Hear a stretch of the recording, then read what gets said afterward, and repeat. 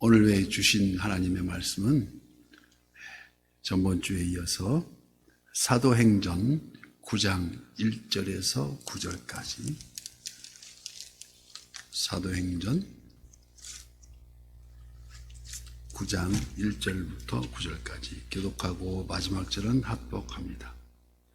사울이 주의 제자들에 대하여 여전히 위협과 살기가 등등하여 대제사장에게 가서 다메섹 여러 회당에 가서 공문을 청하니, 이는 만일 그 도를 따르는 사람을 만나면 남녀를 막론하고 결박하여 예루살렘으로 잡아오려 함이라. 사울이 길을 가다가 다메섹에 가까이 이르더니 호련히 하늘로부터 빛이 그를 둘러 비치는지라. 땅에 엎드려져 들으며 소리가 있어 이르시되, 사울아 사울아 내가 어찌하여 나를 박해하느냐 하시거늘, 대답하되 주여 누구시니까? 이르시되 나는 내가 박해하는 예수라. 너는 일어나 시내로 들어가라. 내가 행할 것을 내게 이를 자가 있느니라 하시니, 같이 가던 사람들은 소리만 듣고 아무도 보지 못하여 말을 못하고 서 있더라. 사울이 땅에서 일어나 눈은 떴으나 아무것도 보지 못하고 사람의 손에 끌려 다메섹으로 들어가서 다 함께요 사흘 동안 보지 못하고 먹지도 마시지도 아니하시니라. 아멘. 오늘도 실시간 유튜브를 통해서 선한 이웃의 기도의 향연 속에 새벽을 깨우는 우리 성도님들 모두에게 여호와 샬롬 지키시는 하나님의 평강과 풍성한 은혜를 축복합니다.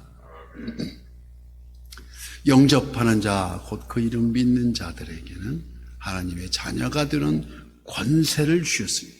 바로 그 권세로 말미암아서 영적 거듭남의 은혜, 거듭남의 공동체인 교회는 초대교회가 그러했듯이 변화를 지향하는 새로운 모임이라고도 할 수 있습니다. 이 영적 상태에서 거지인가 왕자인가의 저서를 남긴 로버트 망거라는 분은 변화된 삶이란 과거에 대한 용서나 미래에 대한 약속 그 이상이다라고 그 저서에서 말하고 있습니다. 이에 대한 실천을 자리바꿈이라는 말로 설명하고 있었습니다. 자리바꿈이란 나 자신을 하나님께 올려드리고 대신 그리스도의 영을 받아들여 내 안에 살아계시도록 하는 것. 이 자리바꿈의 첫 단계는 바로 삶을 하나님께 맡기는 것입니다. 이걸 우리는 헌신이라고도 하고 양도라고도 합니다. 두 번째 단계가 그 믿음을 끝까지 신뢰하는 확신이라고 할 수 있습니다. 이를 에베소서 4장 13절 말씀에 우리가 다 하나님의 아들을 믿는 것과 아는 일이 하나가 되어 온전한 사람을 이루어 그리스도의 장성한 분량이 충만한 데까지 이르리니 라고 기록하고 있습니다. 오늘 본문은 우리가 잘 알고 있는 핍박자 사울이 다메섹 도상에서 부활할 승천하신 예수님을 만나는 장면입니다. 예수님을 만나기 전, 영접하기 전 살기 등등한 1절 말씀과 같이 사울이 주의 제자들에게 대하여 여전히 위협과 살기가 등등하여 대제사장에게 가서 다메섹 여러 회당에 가져갈 공문을 청하여, 이는 만일 그 도를 따르는 사람을 만나면 남녀를 막론하고 결박하여 예루살렘으로 잡아오려 함이라. 당시 로마 정부가 팔레스타인 유각에 있는 유대인의 관할권을 산헤드린 공회에 맡겼고, 사울이 만났던 대제사장이 바로 산헤드린 공회 회장이었기 때문에 타지로 도피한 유대인들을 본국으로 소환할 수 있는 권한이 있었다는 것입니다. 당시 다메섹은 수리아, 지금의 시리아에 속하고 있는데 약대상들의 무역 교차로에 위치한 중요한 도시로서 당시 수만 명의 유대인들이 거주하고 있었다고 기록하고 있습니다. 그토록 사울이 그리스도인들을 결박하여 예루살렘으로 잡아오려는 그 모습을 빌립보서 3장 6절 말씀엔 열심으로는 교회를 박해하고 율법의 의로는 흠이 없는 자라고. 왜 사울은 그토록 교회를 박해했을까요? 그 이유를 디모데전서 1장 13절은 이렇게 설명합니다. 내가 전에는 비방자요, 박해자요, 폭행자였으나 도리어 긍휼을 입은 것은 내가 믿지 아니할 때에 알지 못하고 행하였음이라고.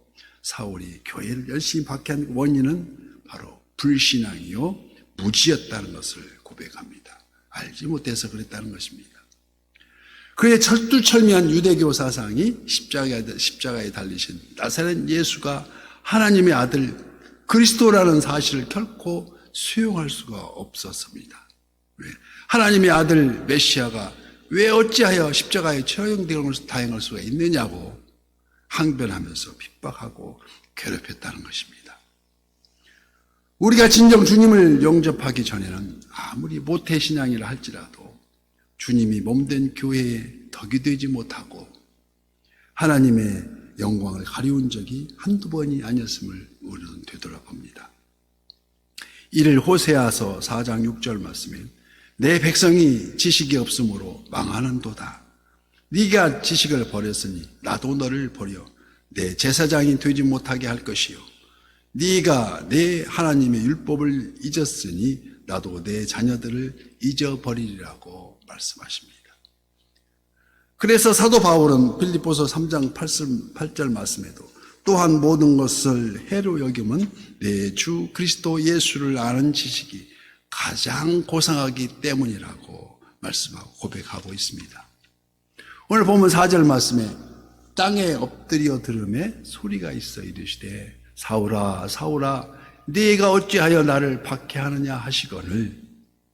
사울이 다메섹에 가까이 이르러서 호련히 하늘로부터 빛이 이르러 이 빛은 승귀하신 예수님께서 승귀란 본래 모습으로 하나님 우편에 앉아 계신 것을 말합니다. 그 예수님께서 반사된 빛이었다는 것입니다. 이 빛 가운데 들리는 음성 사울아 사울아 네가 어찌하여 나를 핍박하느냐. 무슨 의미입니까? 즉 교회는 그리스도의 몸된 몸이요 예수님과 교회는 서로 분리할 수 없는 연합관계임을 지금 가르쳐주고 있습니다. 5절 말씀 대답하되 주여 누구시니까 이르시되 나는 네가 박해하는 예수라. 이 음성을 듣는 순간 그의 모든 신념과 철학은 철저하게 무너져버리고 맙니다. 지금껏 살아온 핍박자 사울이 하나님의 아들 예수 그리스도를 목숨 걸고 증거하는 사도 바울로 거듭나는 자로 자기 바꿈을 한 대전환을 이루었다는 것이 아니겠습니까? 과연 저와 여러분의 다메섹은 어디에 있었습니까? 바울은 이방 선교의 험난한 고비 때마다 주님께서 부르신 이 광경을, 이 음성을 떠올렸다고 기록하고 있습니다. 내가 주님 무엇을 하리이까? 6절 말씀에는 너는 일어나 시내로 들어가라. 내가 행할 것을 네게 이를 자가 있느니라고 말씀하십니다.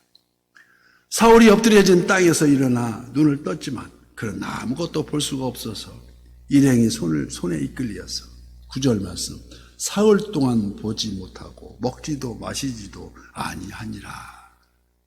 오늘 본문과 연관하여서 묵상해 볼 때에 하나님께서는 기도하여 기진맥진하도록 간구할지라도 우리를 무기력하게 하시는 세 가지 이유가 있는데 그 이유 첫째 이유가 우리로 하여금 스스로 높아지지 못하게 하기 위함이라고 에스겔 29장 15절 말씀에 나라 가운데 지극히 미약한 나라가 되어 다시는 스스로 높아지지 못하리니 즉 교만을 벗어나 더욱 겸손해져가는 무기력의 과정이라는 것이 그 첫째 과정이요. 둘째 과정이 우리가 교만하여서 주님 앞에 내가 내 자신을 다스리려 하는 그 죄악된 본능을 억제하는 무기력하게 만들게 위함이라는 것입니다.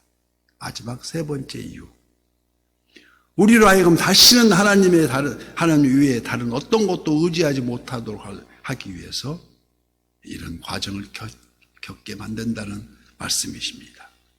그래서 에스겔서 29장 16절, 그들이 다시는 이스라엘 족속의 의뢰가 되지 못할 것이요 이스라엘 족속은 돌이켜 그들을 바라보지 아니하므로 그 죄악이 기억되지 아니하리니 내가 여호와인 줄 그들이 알리라 하셨다라고 말씀하고 계십니다.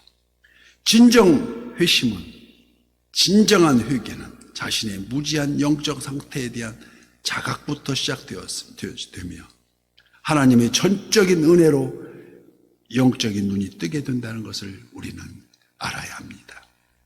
오늘도 이 은혜 아니면 살아갈 수가 없고, 내 마음, 우리 예수, 우리 주님이 내 마음에 들어와 계신 후에 변하여 새 사람 되었고, 우리가 이 선한 이웃이 모든 지체가 하나로 뭉쳐서 우리가 승리할 수 있는 주님을 따르는 그 간절한 소망이 여기에 있음을 우리는 오늘도 잊지 않고 꼭 승리하는 우리 모두가 되시기를 예수님 이름으로 축복합니다.